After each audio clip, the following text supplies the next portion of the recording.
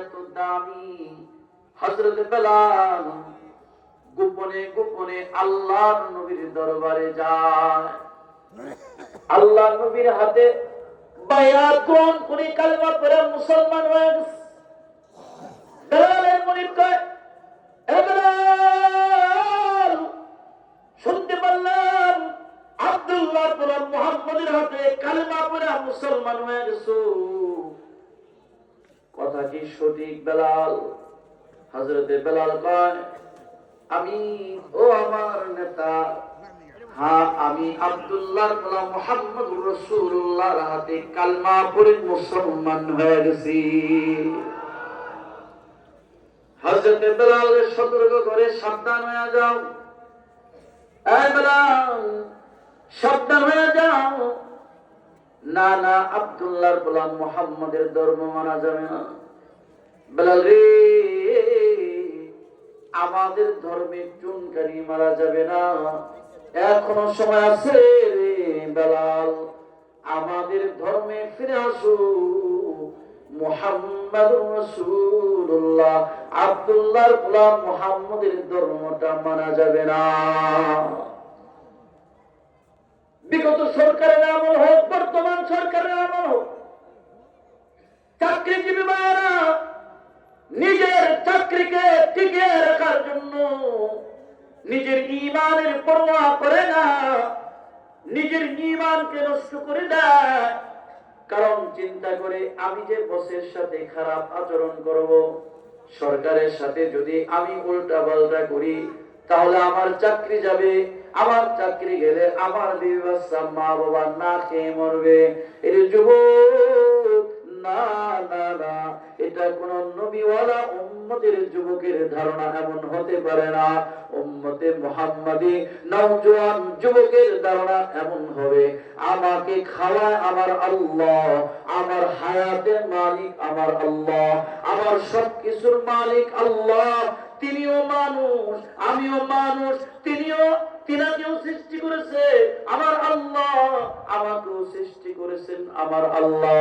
কাজী তার কথা মানব, তবে হ্যাঁ শরীয়ত মোতাবেক হলে মানব। কোরআন সুন্নাহ আর নবীর বিরুদ্ধে কথা বললে এটা কোনোদিন মানা যাবে না। বলেন ঠিক না ঠিক? হযরত বেলাল আপসি বলেন, মুনিব মুহাম্মদুর রাসূলুল্লাহ সাল্লাল্লাহু আলাইহি ওয়াসাল্লামের হাতে হাত রাখছি, কালেমা পড়ছি রে, মুসলমান হয়ে গেছি। ও মুনিব, সুযোগ নাই রে, আমি তুমি মুনিবরে ছাড়তে পারি, মুহাম্মদুর রাসূলুল্লাহর দ্বীনকে ছাড়ব না, আমার রবের দ্বীনকে ছাড়ব না। আমার রবকে আমি বলেছি, আমার রব বলেন আমার আল্লাহ, আমার খালিক আমার আল্লাহ। কাজী আমার আল্লাহ ছাড়া আর কাউকে রব মানি না। মুহাম্মদুর রাসূলুল্লাহ আমার পয়গম্বর, আমি নবীর জন্য আমি বেলাল জীবন দিতেও রাজি। সুবহানাল্লাহ। তুমি আমি কেমন যুবক, যুবক বেলাল হাসি কেমন যুবক রে, তুমি আমি কেমন যুবক? বেলাল মুনিব রে নিষেধ করে দেয়, মুনিব সাবধান হয়ে যান, কষ্ট দিতে পারবেন তো ফাঁসি দিতে পারবেন, শরীর কাষ্টিতে জোলায়া কাতরা কাতরা কষ্ট দিতে পারবেন। কিন্তু আমি বেলাল জমানে পড়েছি লা ইলাহা ইল্লাল্লাহ মুহাম্মাদুর রাসূলুল্লাহ সাল্লাল্লাহু আলাইহি ওয়াসাল্লাম। ও মুনিব, আমি বেলাল জিন্দেগি নষ্ট করে দিব, আমার জীবনকে কুরবানি করব, কিন্তু আমি মুহাম্মাদুর রাসূলুল্লাহর দ্বীন থেকে চুল পরিমাণ সরে দাঁড়াবো না। সুবহানাল্লাহ। এই শিবচর এলাকার যুবক ভাইরা, এর যুবক হযরত বেলালকে মুনিব ডাকতে বলে, হে বেলাল, আমার কথার বাইরে যদি যাও তো তোমাকে এরকম শাস্তি দেব। হযরত বেলালকে এই যুবক একের পর এক কষ্ট দেওয়া শুরু করলো। কি কিতাবের ভিতরে আছে বেলালকে উলঙ্গ করে উত্তপ্ত গরম বালুর ভিতরে চিৎ করে শোয়া দিছে। শুধু তাই নয়, বেলালের বুকের ভিতরে বিশাল বড় পাথর চাপা দেয়া দিছে। হযরত বেলালের জীবনটা যায় যায় পাথরের চাপায়। হযরত বেলাল শ্বাস প্রশ্বাস ছাড়তে পারে না। হযরত বেলালের পরিবারে আহাত আহাত, যত কষ্ট দাও জীবন দিতে পারবো, জীবন বিলীন করে দিব, কিন্তু আল্লাহর দিনকে ছাড়বো না, পয়গম্বরের দিনকে ছাড়বো না। হযরত বেলালকে এভাবে কষ্ট দেয়। এ যুবক, হযরত বেলাল এমন নির্মম ভাবে কষ্ট দিয়েছে, বেলালের দুই পায়ের সাথে বেলাল ঘোড়ার দুই পায়ের সাথে রশি বেঁধে দিয়েছে, বেলালের মাজা আর গলার ভিতরে রশি বেঁধে হযরত বেলালকে মদিনার অলি গলিতে শেষরাইতেছে। এমন কোন গলি নাই, মক্কার এমন কোন গলি নাই যেই গলির মধ্যে, যেই গলিতে হযরত বেলালের রক্ত লাগে নাই। হযরত বেলালকে এত কষ্ট দিয়েছে হযরত বেলাল। এরপরে আহাদ বলে উমাইয়া বলে, বেলাল এত কষ্ট দিলাম, এত তোমাকে নির্যাতন করলাম, বেলাল এরপর আব্দুল্লাহ কোন মুহাম্মাদের ধর্ম ত্যাগ করবে না, ইসলাম ধর্ম ছাড়তে পারো না। হযরত বেলাল কয়, না না, আমি ইসলাম ধর্ম মেনেছি, আমার নবীকে নবী বলে মানছি রে, আমি বেলাল জীবন দেব, তবু ইসলাম ধর্ম থেকে চুল পরিমাণ সরে দাঁড়াবো না। সুবহানাল্লাহ। যুবক ভাইরা আমার, যুবক, ওরা হযরত বেলালকে এমন নির্যাতন করেছে, এমন কষ্ট দিয়েছে, হযরত বেলাল জোর কইরা ধরছে, হযরত বেলালকে জোরপূর্বক ধইরা জিহ্বা দেয়া বেলাল আহাদ আহাদ বলে রাখে। বড় মজা লাগে রে, হযরত বেলালের জিহ্বাটা টান দিয়া বাহির করে ফেলাইছে। হযরত বেলালের জিহ্বাটা টান দিয়া বাহির কইরা জমিনের সাথে বেলালের জিহ্বাটা রাইখা বেলালের জিহ্বার মাথায় দাগ দিয়ে দিছে। দাগ দাও রে বেলাল, জিহ্বায় প্রাক মারা দিলাম, যদি পারস তো এখন রবের নাম টানো। হযরত বেলাল রাজা বলে, এ কাফের ও বেঈমানের দল, আমি বেলালকে যত কষ্ট দাও তো ততই মজা লাগে, তোরা যত বেশি কষ্ট দাস রে, আমি বেলালের জবানে আমার মাওলার নাম তত মজা লাগে। সুবহানাল্লাহ, আল্লাহু আকবার।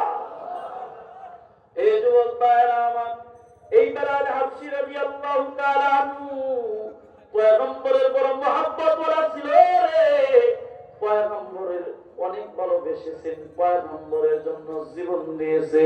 যুবক ভাইরা আমার, আমরা সকলেই প্রসিদ্ধ ঘটনা জানি, বেলাল, হযরতে বেলাল আল্লাহর নবীকে কেমন মহব্বত করেছেন।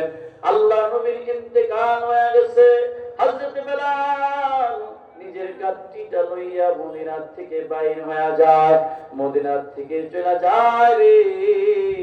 মদিনার মানুষগুলা ডাক দে বলে, বেলাল রে কই যাও, বেলাল কই যাও। হযরতে বেলাল বলে, যেই মদিনায় আমার নবী, আমি বেলাল আগে আগে হাঁটতাম, আমার পিছনে পিছনে আমার পয়গম্বর হাঁটত রে, আমার পয়গম্বর হাঁটত, আমি বেলাল আগে আগে রাস্তা ক্লিয়ার করতাম, কাটা থাকলে আমি এটা পরিষ্কার করে দিতাম। আমার নবীর দুশমনেরা আমার নবীকে কষ্ট দেওয়ার জন্য রাস্তায় কাটা রেখে দিত, আমি বেলাল আগে আগে হাঁটতাম, আমার পায়ে কাটা বিধুক আমার নবীর পায়ে যেন না বিধে, এজন্য আমি বেলাল আগে আগে হাঁটতাম, আমার পয়গম্বর আমার পিছনে পিছনে হাঁটতো, আমি বেলাল আমার পয়গম্বর ইমামতি করতো। দুনিয়ার মানুষ রে, আজকে নবী নাই রে, কার জন্য রে আমি মদিনায় থাকবো? যে নবীর জন্য আমি বেলাল মদিনায় থাকতাম, আমার নবী নাই রে, আমি বেলাল আর মদিনায় থাকবো না। হযরত বেলাল মদিনা থেকে চলে গেছে। হযরত বেলাল 6 মাস হয়ে যায়, মদিনার খবর নাই। আল্লাহ নবী সত্য যুগে বেলালকে ডাক দিতো, বেলাল কেমনে রে আমারে ভুলে গেলি? এ বেলাল, বহুদিন হয় আমার রোজায় আসোস না। বেলাল রে, কত না দুনিয়ার হায়াতে মহব্বত করতি, কেন রে দূরে রইছু? একটু আয় না, আমি নবীর রোজা একটু জিয়ারতে আয়। হযরত বেলাল আল্লাহ নবীকে স্বপ্নে দেখছে, পাগল হয়ে গেছে। হযরত বেলাল মদিনার দিকে দৌড়াইতেছে। মদিনায় যখন বেলাল রাদিয়াল্লাহু তাআলা আনহু প্রবেশ করছে, হযরত বেলালকে দেখা মদিনার ছোট ছোট বাচ্চারা পর্যন্ত দূর দিয়া বাড়িতে চলে গেছে। মাকে ডাক বলে, মা গো, মদিনায় দেখলাম রে বেলাল ফিরে আসছে। মারে, বোধহয় আল্লাহর নবীও আসবে, লও না মা, আমরা সবাই মদিনার মসজিদে যাই। সাহাবায়ে কেরাম আল্লাহর নবীর এত মহব্বত করছে, হযরত বেলাল দেখা মদিনার ছোট্ট ছোট্ট বাচ্চারা নবীকে মনে করছে। নওজোয়ান যুবক, এই জমানায় নবী পয়দা না, নবীর ওয়ারাসাতুল আম্বিয়া, ওলামায়ে হক, আহলে দিল, বুজুর্গ, যাদের চেহারা দেখলে নবী মনে পড়ে যায় রে। নবীর আখলাকটা কি মনে হয় এরকম ছিল? নবী মনে হয় এইভাবে কথা বলছে। শাইখুল হাদিস সাহেব বসা, হাদিসের দরজান, মনে হয় যে এরকম আমার নবীর আখলাক ছিল। মদিনার ছোট্ট ছোট্ট বাচ্চারা নবীর চিনল। এ যুবক, তুমি আমি নবী চিনলাম না রে, নবী বুঝলাম না, নবীর আদর্শ এখনো মানলাম না। কবে নবীর চিনবো, কবে নবী বুঝবো রে? জিন্দেগি পার হয়ে যাবে তো নবী চিনবো না। মনে রাখো, হায়াতের মধ্যে নবী চিনবা না, আখিরাতে হাসরের ময়দানে নবী তোমারে আবার চিনবে না। ছোট্ট ছোট্ট বাচ্চা গুলা বলে, মাগো, হযরত বেলাল মদিনায় ফিরে আসছে রে মা, বোধহয় নবীও ফিরে আসবে, লও না আমরা মদিনার মসজিদে যাই। যুবক ভাইরা আমার, হযরত বেলাল মসজিদে নববীতে ঢুকে গেছে। সাহাবায়ে কেরাম হযরত বেলালকে দেখছে, বেলাল, তোমার কতদিন হয় আযান শুনি না, যাও না বেলাল, আযান দিয়ে দাও। বেলাল রে, তোমার জবানে কতদিন হয় আযানটা শুনি না।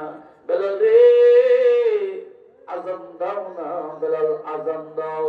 হযরত বেলাল হাবশী ডাক দেয় বলে, না রে, না না না, আমি বেলাল আযান দিব না। আমি বেলাল আযান দিলে আমার পয়গম্বর ইমামতি করছে, আমার পয়গম্বর ইমামতি করছে রে, আমি বেলালের আযানে আমার পয়গম্বর ইমামতি করছে, আমি আযান দিব, কিন্তু আমার নবী তো নাই, আমার নবী আর আসবে না, আমি বেলাল আযান দিব না। সকল সাহাবায়ে কেরাম অনেক আকুতি মিনতি করতেছে, কিন্তু না না, বেলাল আযান দিবে না।